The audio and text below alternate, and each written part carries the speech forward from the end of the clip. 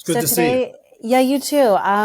Today, you guys, I've got the privilege of having Rick Collins with me here. He's a true leader in the legal profession and the health and wellness community. He's built an incredible reputation for integrity and a zealous advocacy representing clients nationwide and in criminal defense, as well as in the sports and fitness nutrition industry.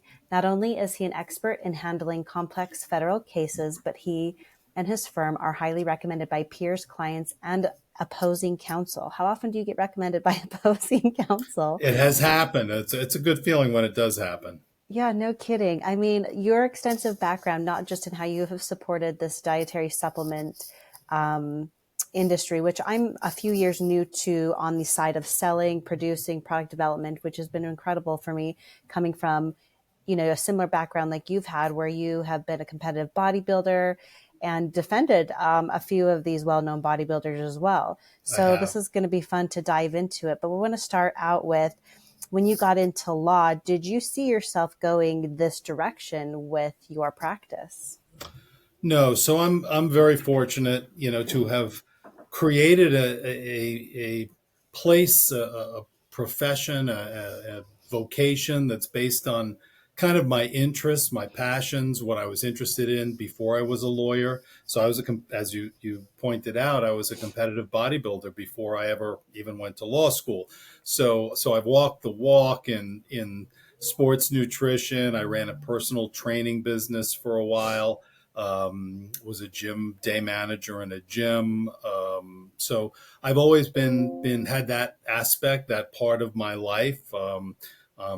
CSCS from NSCA, which is the Certified Strength and Conditioning Specialist accreditation from NSCA. So that's always been part of my life.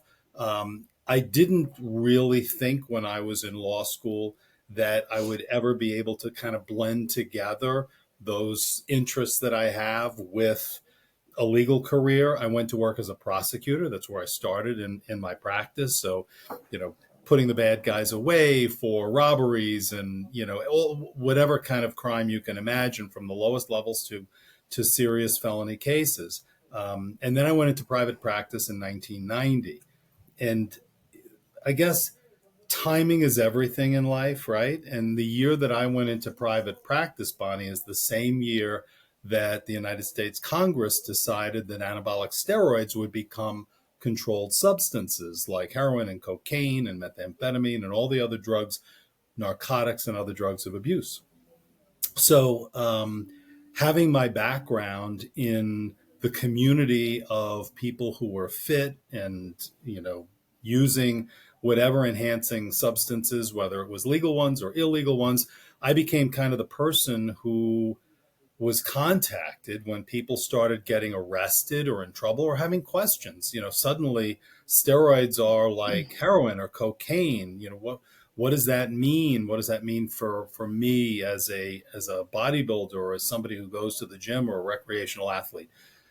So I wound up getting very involved in kind of sort of bringing together the two communities, the community of folks in the courts.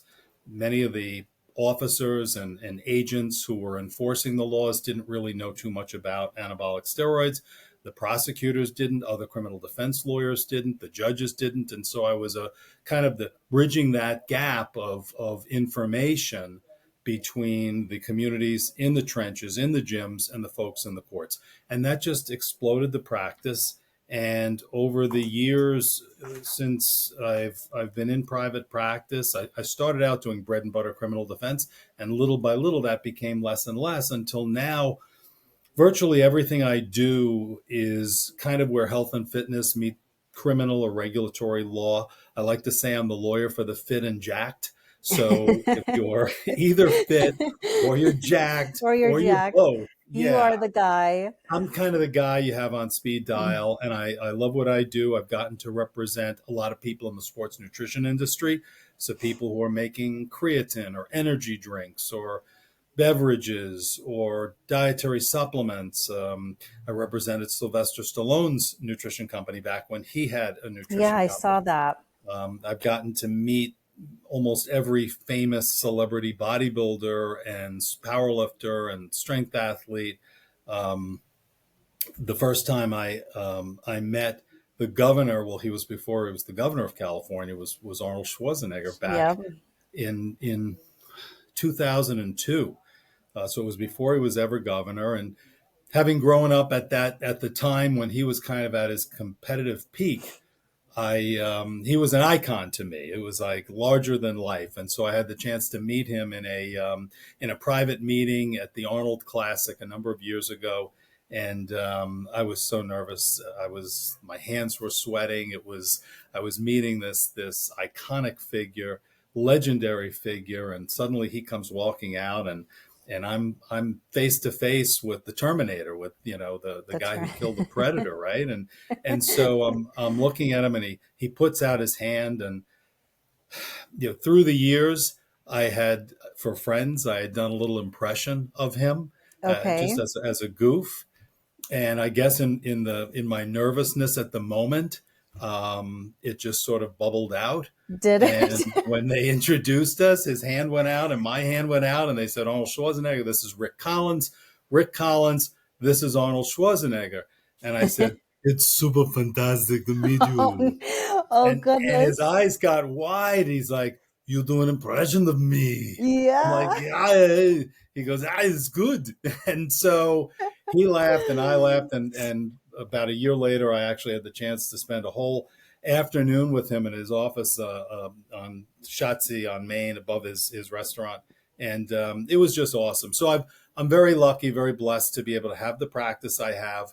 Most of my clients are good people. Some of them run afoul of this law or that law, but I tend not to represent anybody who's done anything violent or really stolen money very often from anybody else. Most of what I do involves people in the fitness community who maybe run afoul of regulatory laws or things like that. So I'm very lucky and very blessed. As just in our conversation, I can tell why your clients love you besides your knowledge. You make people feel very comfortable. And you were talking about an interview you had where the person interviewing you was trying to be intimidating and didn't want to work with somebody that, would fear them. And that's a really amazing quality to have, especially I would think being in the industry you're in. There has to be such a sense of security and confidence, especially when you're coming to talk about a lot of these subjects that are so scrutinized, right? Steroids and the Yeah, perception of it and the evolution of it, even in bodybuilding. Like even now it's still not really accepted. Would you say it's that right. it's better understood as a performance enhancement, but there's still like a stigma that these are Sure. dangerous, which would are how would you go about sharing that with people? Like, would you consider them to be dangerous? Of course, not taking them with knowledge, but for certain Mhm. purposes. Well, first, I always try to put my clients at ease. Very often, many of my clients have never been arrested before. This will be their first time if it's a criminal case, and of course I do a lot of civil work as well. But in criminal cases where somebody's arrested with a state, or very often I do a lot of federal work, it's the worst thing that could possibly happen to them.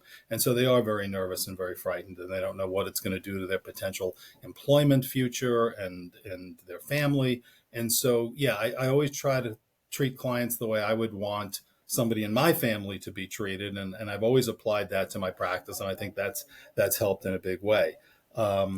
In terms of kind of the history of steroids and the stigmatization of steroids, the little bit of a history lesson is that year in 1990, when steroids became criminalized as controlled substances, Schedule 3 controlled substances by Congress, was in the aftermath of a big doping scandal that happened in 1988. And that was the Seoul Olympics, where a Canadian sprinter by the name of Ben Johnson won the 100 meters, broke the records, got a gold medal, and then tested positive for Winstrol, an anabolic steroid. I And remember. he beat the American Carl Lewis, and so particularly the American sports media went ballistic, and it was like, what's going to happen to sports if this just becomes a chemistry contest, and the Americans are going to lose because other countries have these cheating athletes that are breaking the rules of sport. What can we do? And so Congress held some hearings, and one of the main voices seeking to criminalize steroids was, interestingly, um, then Senator, now President Joe Biden.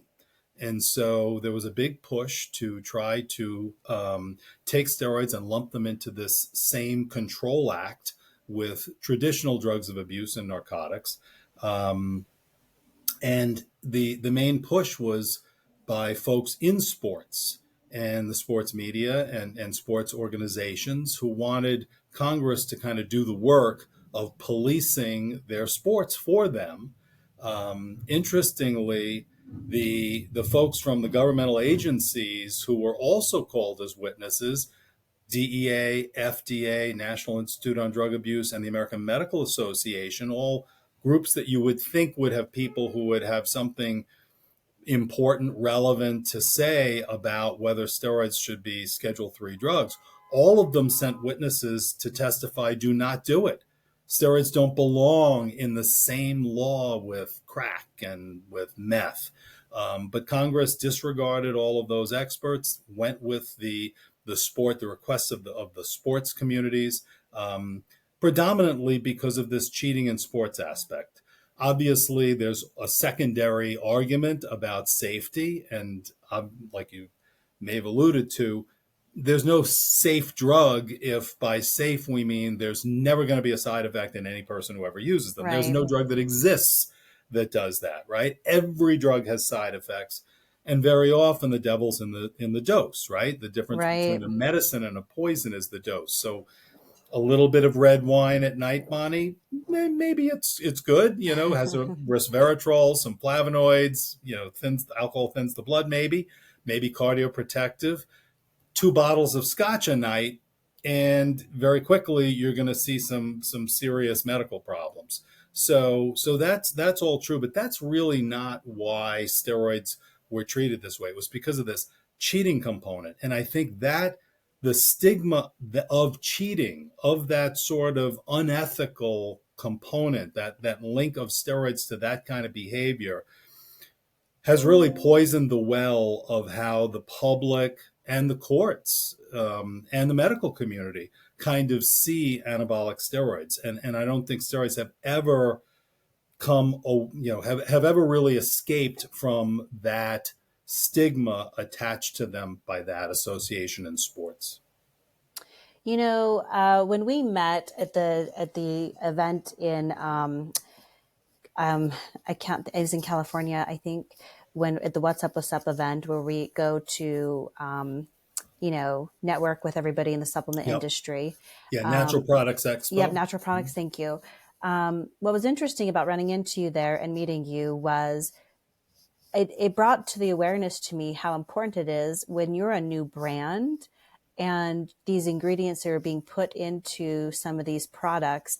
There's been a lot of controversy for some of these brands, and that's not even at a steroid level, but like you said, the education and how people are classifying it. And, what have you found most to be the disconnect between people understanding how they're creating their brand and their ingredients and being, legally put together versus something that really could be harmful? Right. Well, first, there is certainly a large amount of misinformation out there about sports nutrition products. I still see in the mainstream media these reports which suggest that creatine monohydrate, a natural ingredient that's present in meat and the foods we eat, and is probably the most researched sports nutrition ingredient of all time, and has wonderful benefits for people of all ages, including geriatric populations. Oh, it's so good for your brain. All great, and yet you'll see the media will do these stories where they'll Yeah. say creatine is it'll be a steroid story, and they'll throw creatine right in there with the steroid. So sometimes there's just no differentiation between illegal steroids or illegal drugs and what are over-the-counter dietary supplements. Probably one of the big issues right now that's a threat to the sports nutrition community is this idea that muscle building dietary supplements and dietary supplements that help you lose weight. And look, we have what? 67% obesity and Yeah. overweight in this country. We're not too fit as a country. That's our No. problem. Is not that we're going to the gym too much and watching our diet too strictly, right? And Right. yet there are laws being proposed in a number of states. New York, where I am, just passed a law which bans the sale of creatine and muscle building or weight loss dietary supplements to anybody under the age of 18. And so if you're a retail clerk in a vitamin store and you sell to a 17-year-old of any kind of weight loss or muscle building product other than one that's purely just protein. So if it's protein and creatine, for example, that's a violation of New York state law. New Jersey is looking to do the same thing. There have been efforts in other states to do that. And the theory behind it is really not based primarily on safety at all. It's based on the idea that the legislators have been led to believe that these products cause eating disorders in young people. I remember when this all came out, the controversy in the news about it, and a lot of people worried about how it would affect their business. What have you seen? Sure. No, because there's all sorts of restrictions that this can have even on online companies. So how do you know that the person that you're selling it to over your Right. website is 18? So you've got to create a mechanism, and that can be very expensive to essentially proof of age verify a person at that point. But also when you deliver it, right? So, whether it's whatever carrier has to deliver that product, you now have to make sure that the person receiving it is 18 or over.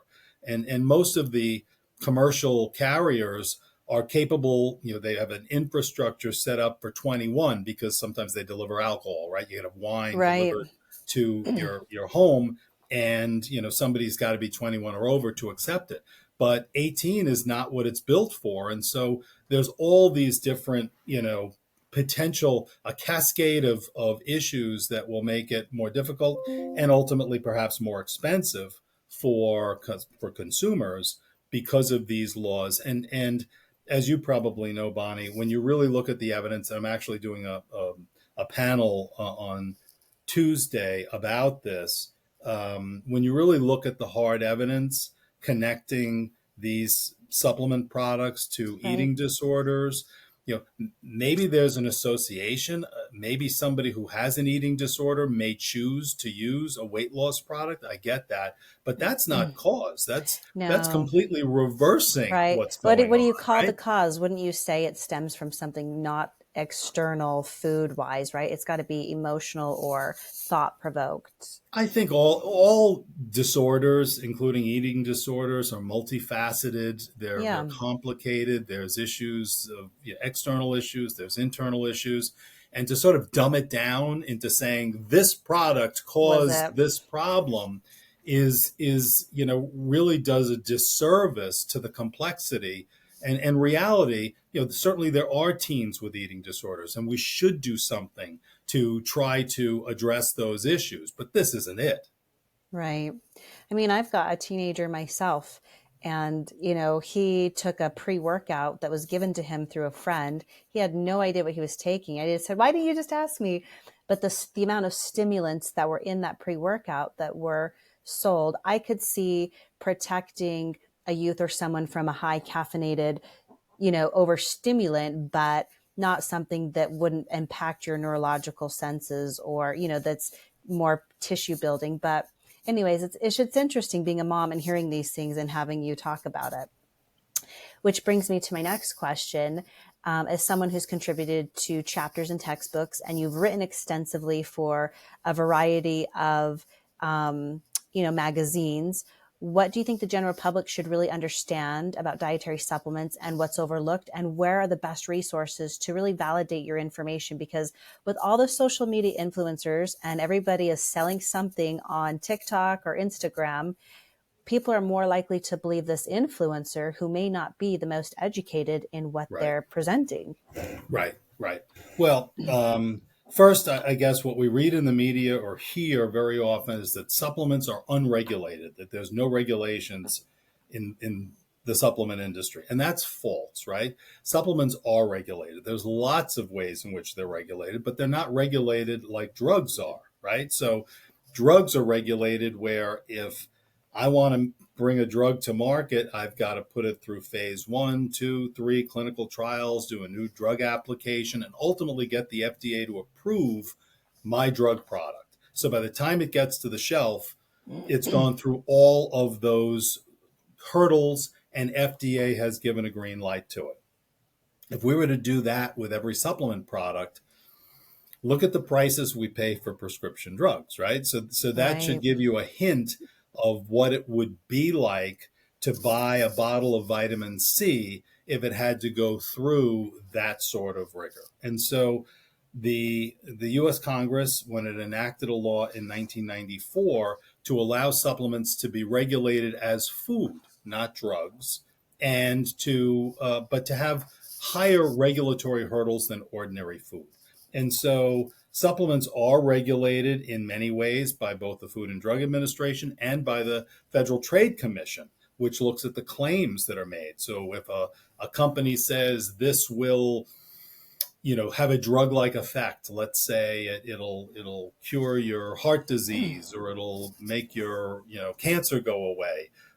Those are illegal drug claims. You can't make them for a supplement, and that company gets in trouble. And I've seen many companies get letters from the FTC or letters from FDA or both who make disease claims. There are all sorts of specific labeling requirements, down to even the size of the font relative to other parts of the label and where certain information on a supplements facts panel. So if you walk into a health food store and you turn and you look at that supplement facts panel that's on your product, the placement, the order, the font size, all of that is specifically regulated by the FDA. So all of that goes part of it. What ingredients can be sold is also a factor. Now, are there some bad actors out there? Sure. In every industry, there are going to be some bad actors. But if you're a good actor, then you want to make sure that the ingredients that you're selling are okay to sell. So, and there have been problems in the sports nutrition industry. You probably remember there was a period of time when so-called pro-hormones were out on the market. So I these do. were I remember. steroidal precursors. Do you remember that? I do. And people were getting into a lot of trouble. Sure. Yeah, I represented a lot of them. So I Yep. probably represented more people on those pro-hormone cases than any other lawyer. So these were sort of loopholed. They weren't in the Anabolic Steroid Control Act, so they weren't specifically illegal explicitly, but they were not legal to sell as dietary supplements. And so there's a new area called SARMs, and you may be Yeah. familiar with that's an acronym for selective androgen receptor modulators. So these are muscle building anabolic substances. They're not steroids, they're not steroidal in configuration, but they can have some of the anabolic effects that steroids have. They're synthetic. They don't meet the definition of a dietary ingredient. They can't be sold as dietary ingredients. But they were on the market. You see them on the market, and I've represented people who've gotten in trouble for selling them, including people who didn't really know that they were illegal, and were like, well, my distributor, I'm a retailer. My distributor said these are fine. I look online, everybody else is selling them. I go to another health food store. They're on the shelves there. I thought it was okay, but it's not okay. And you can get in trouble. So due diligence is super important if you're going to be in this industry. Totally agreed. There was a time I was working in product development and saw some of these. I didn't know it went through so much to be approved, and how smart that is for any new brand starting out in the industry. I would imagine there's some that don't, just because of the cost of doing it. Yeah. Yeah. Unfortunately, the costs are much greater by not doing it, right? So, Yeah. you could pay a good lawyer who knows the industry and can help you set it up right a little, or you can do it yourself, screw it all up, have the FDA or other agencies or a class action lawyer or others who who look at this industry to come after it. And then you're going to wind up paying a lot to a lawyer to fix the problem, and Yeah. possibly a lot to, a class action lawyer as a settlement. So, and I've seen, class action work has become, kind of like a big thing in the supplement industry now, where lawyers basically go to health food stores or websites and they look for products that are in some way arguably inappropriate. So maybe they'll test the product and find that, oh, wait a minute, it says 30 grams of protein, but it only had 27 grams. And I've tested it out at 27 or 26, and my client paid for 30 and you only gave them 26. We're suing on behalf of all the customers who ever bought your product for that shortfall. I've seen these cases.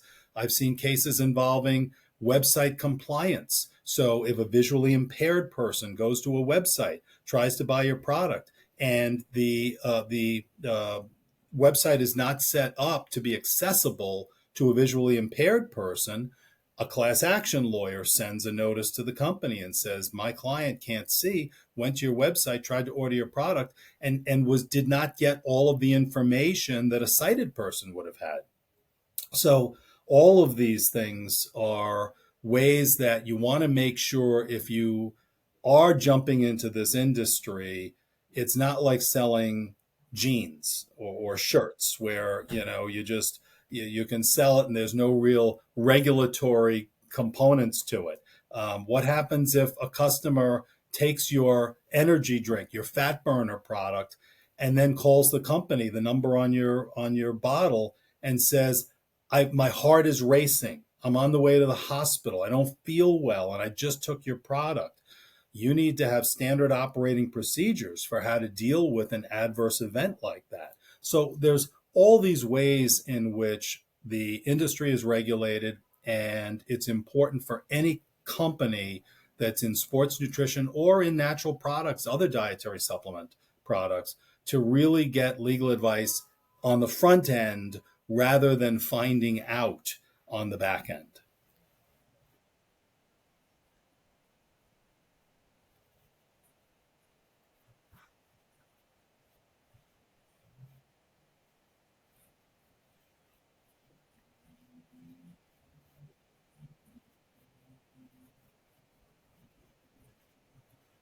Right, right.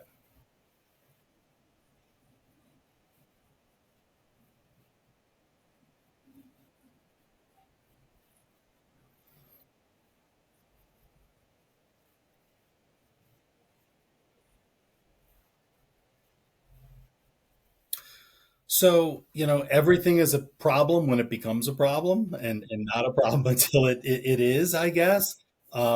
So, and by peptides, there's a whole lot of different substances there which have different potential legal risks to them. So some of the peptides are approved drugs. They're FDA approved products, and so prescribing them, has less of an issue than would exist with peptides that are not approved. I've seen peptides sold on websites where they're sold not for human consumption. In other words, for research purposes only, under circumstances where it's obvious that that's really just a ruse and that they're actually being sold for people to affect the structure or function of their bodies, which is how a drug is defined.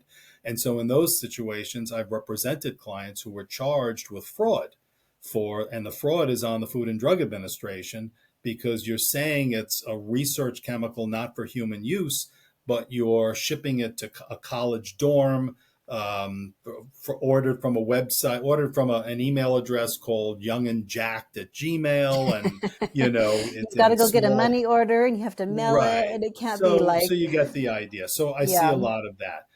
For doctors that are prescribing peptides, that's a huge thing. And I know doctors who are doing it, and I know people who are on different peptides and they love them. And yeah, they're really, they appear to have huge beneficial potential. The FDA, on the other hand, would say that in order to prescribe a drug, that drug should be an approved drug and has to have some track record of safety. And some of these peptides There's some anecdotal evidence. There's some studies to support them, but not the kind of phase 1, 2, or 3 clinical trials that would result in an FDA approval. So from FDA's standpoint, some of those are misbranded, unapproved drugs.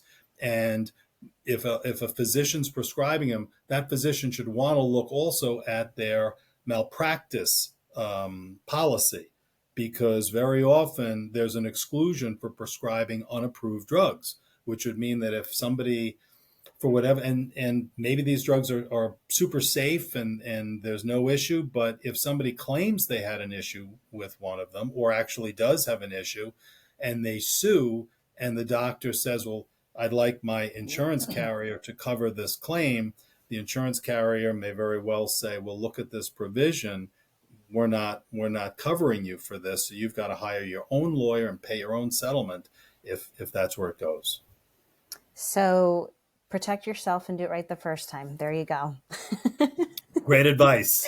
Spoken like a true lawyer, Bonnie. Yeah, right. I knew I went into the wrong career choice. What's really interesting is I remember when the film Bigger, Stronger, Faster came out, and it put out a lot of information, and I love the journey that the guy took us all on about that.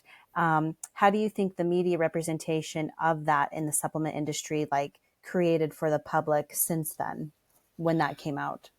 Yeah. So and I stay in touch with Chris Bell, who was the director of the movie. He and I worked on that from the very. I was involved in that project from the very beginning. We've had some talks even recently about a sequel to it, but yeah, I think that was one of the first really provocative movies that looked at anabolic steroids through a lens other than this will cause roid rage. Your liver's going to fall out. You're going to die in a day. That kind of thing, and was much more nuanced and kind of showed the good and the bad, and the a much more contextualized presentation, right? So when people say, well, are steroids good or bad? We live in a society now where people just want to simplify it. It's either good or bad, right? Are you team Right. red or team blue? It's one or the other. And there's very little nuance and very little context. I think most things are not that way. Most are a little more complicated than that, right? So steroids for a 16-year-old who's going to use them in his basement without any supervision, products that he bought over social media that were made in somebody's basement. I think we could all agree bad. That's not a good thing. We all want to prevent that from happening. On the other hand, a person with HIV wasting who is suffering from sarcopenia and is losing muscle mass, steroids were a godsend to the AIDS population, Yeah. um, and as was growth hormone, and really saved lives. So, and certainly steroids have uses in medicine. For a guy who's maybe 40 or 50 or 60, whose testosterone levels are dropping, and maybe he's symptomatic and he's not feeling good and he's got no drive, and he's, you know, goes to his doctor and says, what can I do? And the doctor tests him and sees that his testosterone levels are way, way down.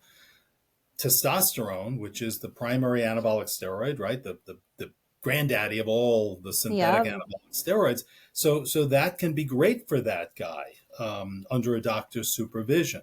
I think the question that in the fitness community we wrestle with is, well, what about somebody who is not having medical need but wants to use steroids for physical enhancement? It's really cosmetic. I mean, Yeah. bottom line is. Right. And when we talk about the Ben Johnson circling back, well, steroids in sports gets the media attention, but the overwhelming majority of guys, and it's mostly guys, but women too, but the overwhelming majority of non-medical users are cosmetic users. They are using it in the way that Others might use liposuction, Botox, fillers, you name it, right? It's a Right. cosmetic tool so that you arguably seek to look better than you did before them, right? So Right. that's really, and I think 85% of users in studies are people who've never competed in any physical sport, since little league, right? So the question becomes, is that okay or is that not okay? And that's an ethical question, right? So our society and through our laws has said it's not okay. So if a person goes to their doctor and says, doc, I feel fine, I look okay, but I'm spending time in the gym. I'm there 4 or 5 days a week. I don't feel like I used to. I don't have the same response. I'm not getting any bigger. Maybe I'm losing a little size. I'm getting older. I'm getting weaker, or I just want to be better. I want to add more muscle to my chest. I want to look better when I go to the beach in Cancun Right. and take off my shirt and people will ooh and ah, right? So the doctor, by today's law, says, get out of my office. You can't, that would be a felony for me to prescribe it for a non medical reason, and that is the law. But the doctor can say, okay, I can give you some pec implants, which will, puff out your chest. I have bicep implants, which I can, and tricep implants, calf implants. I can do liposuction to make your abs look better, subjecting you to the risks of general anesthesia, infection, potential death on the table. I can do all of those things, but I can't use a natural hormone, which is already present in your body, like testosterone, to accomplish the same ends. And okay, every drug has side effects, but it could be argued that subjecting oneself to all those surgical procedures may be more risky than a carefully controlled, supervised, monitored use of a cycle of steroids for the purposes of physical enhancement. So we've made the decision not to do that, but it is interesting that we allow people to do all those other things, and we would be offended about. Could you imagine if somebody said, "Well, look, a woman wants breast augmentation. She wants to, do breast implants for no other reason than she wants to feel better about the way she Right. looks." Right. And it would be insulting to think that there would be some restriction on that. And yet, the guy who goes in and says, I want steroids for that purpose, is told you're vain, just get used to the way you look, It's be the happy double the way you are, standard. there's something wrong with you, you have muscle dysmorphia, and it would be a felony, so get out of my office. So these are some interesting ethical issues that I think as a society we don't talk about enough. And in the fitness community, people have strong feelings one way or the other, and I have a lot of my clients are like, yeah, Rick is our champion. He's in favor of freedom and liberty and personal autonomy. And there were other people who were like, oh, this is terrible. And it's, well, I'm not so sure it's terrible. I think there are reasons why, drugs of any kind, including steroids, should be in the hands of doctors in a safe, controlled way that is not using black market products that Right. somebody made in their house and is not going to kids and is not going to be used in excessive doses. Because look, steroids can cause blood pressure rise in some people, and so there's some cardiac risks. Although testosterone replacement therapy is actually cardioprotective based on an abundance of science, even though FDA continues to claim that it's bad for the heart in most people, which is not what the science says. But these are interesting ethical issues, and Bonnie, I could talk about them Totally. all day, because these things interest and fascinate me. But I have to ask because I'm familiar with the whole BALCO thing Mm-hmm. and with the players. Touch on that for the listeners, how you played a part in that. Sure. So, for those who don't remember, it was a little over 20 years ago that there was a huge doping scandal involving a a sports performance place in the San Francisco area, in the Bay Area, called the Bay Area Laboratory Cooperative, BALCO, short for that. And a guy was running it who was catering to elite level athletes that included Barry Bonds and Marion Mm-hmm. Jones and Tim Montgomery and many others. And it was a scandal when it was discovered that part of the program involved performance enhancing drugs and regimens of these drugs to these players in violation of sports. I represented the chemist in that case. And that was a guy who had created a product called the Clear. And some people may remember that scandal, and the Clear was in all Yeah. the newspapers at the time. The Clear was actually a hybridized molecule, a steroid molecule that it was THG, tetrahydrogestrinone. And because it was a newly created molecule by the chemist, there was no standard by which to determine it and detect it. So it'd be like a fingerprint that you find a latent fingerprint, but you don't have the person's fingerprints on file, so you can't make an identification of exactly what it is. And so I represented the chemist in that case. It got a lot of notoriety. It probably led to a lot of other cases. I wound up getting a lot of cases, high profile steroid cases, Yeah. cases around the country. And so, what is the legacy of the Balco case? Well, there are those who would say that cheating in sports through drugs was not solved by the Anabolic Steroid Control Act in 1990, because Balco was many years after that. And, if the purpose of that law was to get steroids out of sports, there was Balco, there was Lance Armstrong. I mean, we could go Right. through the Right. scandals that have occurred. So steroids are not out of sports. But I've represented a lot of people whose lives have been derailed because they were arrested for steroids. And I've represented personal users, somebody who's just made the decision that they're going to use steroids. They understand it's a violation of the law, but maybe they went to their doctor and their doctor threw them out, like we've talked about before. And when that happens, if there's a sufficient demand, there will be supply. Basic economic law, right? So Right. they go to the black market and they get the drugs off the black market, and they use them, and that makes them a criminal under the laws of most states and federal law. So I represent a lot of those people. They're gainfully employed people. Many have families, wives, kids. They're doing the right thing in society. Is using steroids in that context vanity? Maybe, arguably anything that you do to really, enhance the way you look could be argued to be, superficial or vain. Maybe we're a society that puts too much emphasis on how we look, and we should spend more time thinking about who we are and how we are on the inside rather than the outside. But that's probably not realistic in today's world of social media. Right. So A lot of external. unfortunately, that's where we are.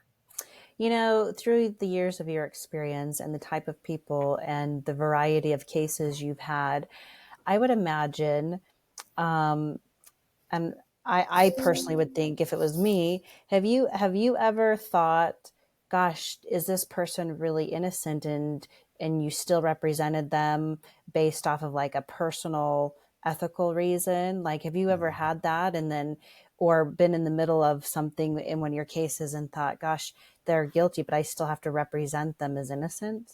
I'll tell you one quick story, Bonnie, and I'll try to make it as quick as I can. I was contacted by a female bodybuilder out west many years ago.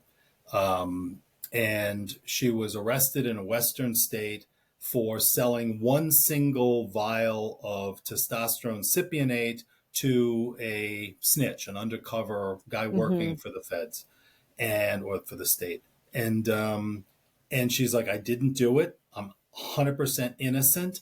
And they're offering me a deal that if I plead guilty, they'll give me no prison. It'll just be probation. But I've never been in trouble before, and I'm not pleading guilty to something I did not do. I will not do it. And so I said, okay. She said, but they are saying if I go to trial and I lose, it's mandatory that I get 10 years in prison. Wow. So I called up the prosecutor on the case and I said, what's going on here? He said, she's lying to you. She's guilty as the day is long. There's an undercover who goes in. He talks with her. She sells him a vial that's hidden in a dietary supplement product bottle, which she put in there. He walks out with it. He gives it to the undercover cop. The day before, he was on the phone with her and he set up the transaction. It wasn't recorded, but after that call, he then went to the agent that he's working with. And then 3 weeks later, they go to her house and they find steroids in her house. So the call, the transaction, and the steroids in the house were in a three strikes law state. And so she's looking at three strikes and you're out for the three separate drug related events. And so she gets 10 years in prison if she goes to trial and loses. I will give her probation. I'm not looking to put her in prison, but she's got to admit to the felony. She says, not doing it. I didn't do it. He's lying. I didn't do anything wrong. And so I jumped on a plane and I flew out to that state. And that was a state that allowed for two things that were good. One was they allowed for depositions before trial, which doesn't happen in criminal cases in most states. It means that I can talk to the snitch and question him before the trial, get an Interesting. idea to measure him. Okay. The second thing was they provide you with discovery, and most states provide discovery. So as a defense lawyer, you can see the evidence or hear the evidence before the case really goes to trial. So I heard the tape of the conversation of the transaction inside her personal training facility. So I listened to it many, many times. I flew out there and long story short, I cross-examined the snitch and was able to determine that he didn't realize, yes, it's true they had a conversation the day before, but the conversation was about, he claimed it was drug related. It's not recorded. I suspect he just said, I'm going to come to your gym tomorrow. And can you sell me a bottle of vitamins? Right. The next day at the gym, they have a conversation. He asks her at one point, what about steroids? And she says, well, and she was a high level ranking competitive bodybuilder. So visually, you would think she was muscular, right? Right. So in front of a jury, there might be some issues there, right? But she says, well, bodybuilders use steroids. I don't recommend them at an early age. He then says, well, what about that bottle of vitamins we talked about yesterday? She says, oh, okay. And then you hear, as he comes to the counter, you hear as they take, he gives her some money and he leaves. But what he didn't realize is, and I asked him, after you got this bottle that supposedly had testosterone in it, you brought it directly out to the cop that you were working with, right? Oh, yes. Because you understand that's the evidence in the case, right? Yes. That's the contraband. Yes, yes. You didn't go anywhere else, did you? Well, I had to go to the bathroom. Wait a minute. You had to go to the bathroom so bad that you couldn't wait 5 minutes to give the important evidence to the cop? Oh. Yeah, I had to go so bad. I had to go so bad. Number one or number two? He goes, number one. Okay, so your bladder was so full that you couldn't wait just a few minutes? No, I had to go so bad. He didn't realize, idiot that he was, that the tape, the recording, was running the entire time. And you hear as he goes in the bathroom, puts his keys on the sink. No. You hear the rustling of the cellophane of the vitamin bottle. And you hear the scooping out of the tablets as they hit the porcelain bowl, as he scoops out enough to be able to take that vial wherever he had hidden on his person, put it in there, and then bring it out to the undercover. Tried to frame her. It was an absolute frame. And he insisted that he paid her $100 for the steroids and the vitamin bottle. What he didn't realize, and I asked him, well, she didn't ring it up in the cash register, right? No, because nobody's going to ring up a drug transaction in their register. Right. He didn't realize she had provided me with a time coded receipt. $20 is what he paid for it. So he was just lying, absolutely lying.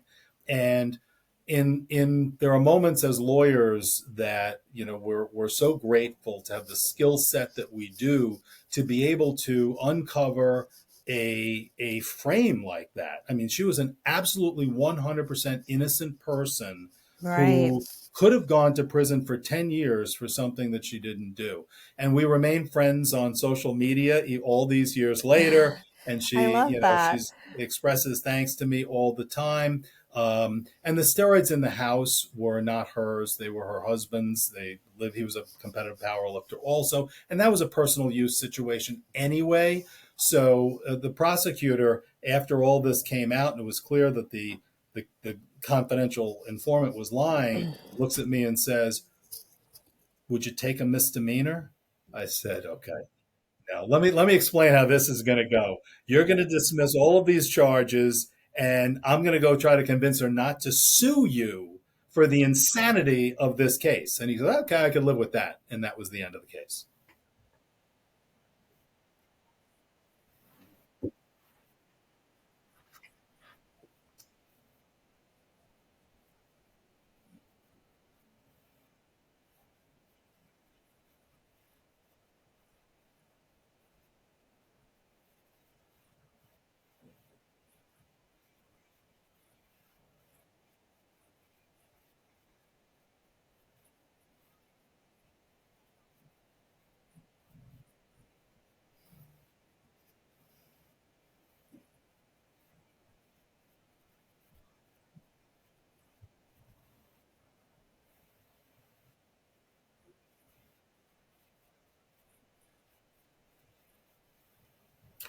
You know, I think there's one word, and it's gratitude.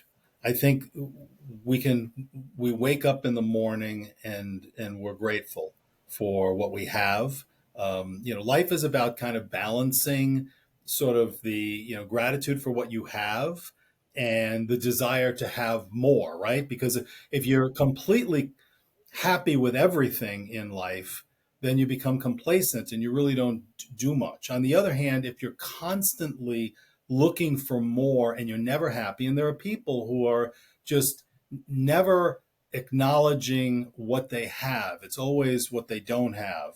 To me, that's an imbalance. So, I think starting the day with gratitude, ending your day with gratitude, being thankful for, I like Liam Neeson says in Taken, I have a very particular set of skills, right? So to have those skills and to be able to apply them and by just good fortune, and I don't profess to be the brilliant architect of this. It was just timing and good fortune was that I had a base of knowledge and a place in the fitness community and a knowledge of the fitness aspects of the subject matter.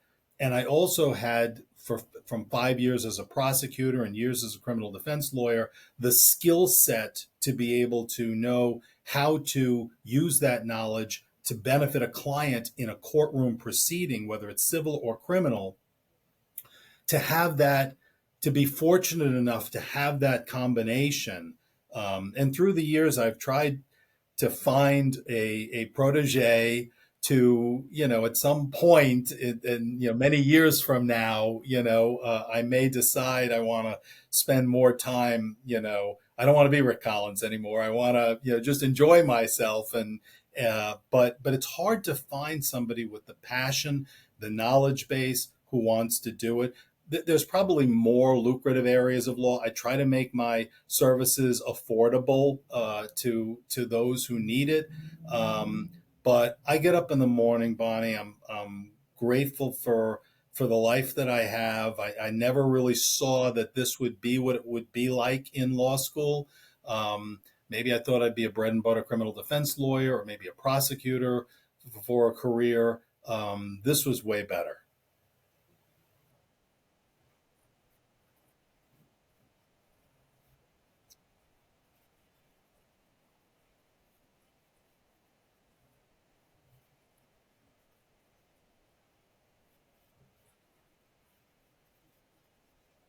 Awesome.